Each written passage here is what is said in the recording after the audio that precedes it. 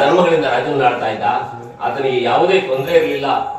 ಪ್ರಜೆಗಳನ್ನ ತನ್ನ ಮಕ್ಕಳೊಬ್ಬಾಗಿ ತಿಳಿದುಕೊಂಡು ಪರಿಪಾಲನೆ ಮಾಡ್ತಾ ಇರುವಾಗ ಆತನಿಗೆ ಕೆಲವಾರು ದಿನಗಳ ನಂತರ ನಾನು ಎಂಬತಕ್ಕಂತ ಒಂದು ವಾಕ್ಯ ಆತನ ಮನಸ್ಸಿನಲ್ಲಿ ಉದ್ಭವ ಆಗ್ಬಿಡುತ್ತಂತೆ. ನಾನು ರಾಜನಾಗಿರೋದಕ್ಕೋಸ್ಕರವಾಗಿ ನನ್ನ ಈ ಪಟ್ಟಣದಲ್ಲಿ ಈ ಪ್ರಜೆಗಳೆಲ್ಲರೂ ಇಷ್ಟೊಂದು ಸೌಖ್ಯವಾಗಿದ್ದಾರೆ ಎಂಬುದಾಗಿ ಆತನ ಮನಸ್ಸಲ್ಲಿ ಬಂದ್ಬಿಡ್ತು. ಬಂದಿರುವಾಗ ಒಬ್ಬ ವೃದ್ಧ ಬ್ರಾಹ್ಮಣನನ್ನ ಆತ ನಿಂದಿಸಿಬಿಟ್ನಂತೆ.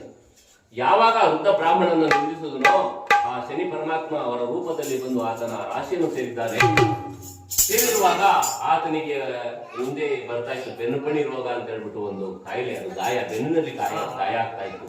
ಆ ಗಾಯ ಆಗ್ಬಿಟ್ಟಿದೆ ಆತನಿಗೆ. ಅದು ಅಲ್ಲದೆ ಆ ರಾಜ್ಯದಲ್ಲಿ ಕುಡಿಯಲು ನೀರಿಲ್ಲ, ತಿನ್ನಲು ಅನ್ನವಿಲ್ಲ. ಹಲವಾರು ವರ್ಷಗಳ ಕಾಲ ಮಳೆ ಇಲ್ಲದೆ ಒಂದು ಬರಗಾಲ ಬಂದ್ಬಿಟ್ಟಿದೆ.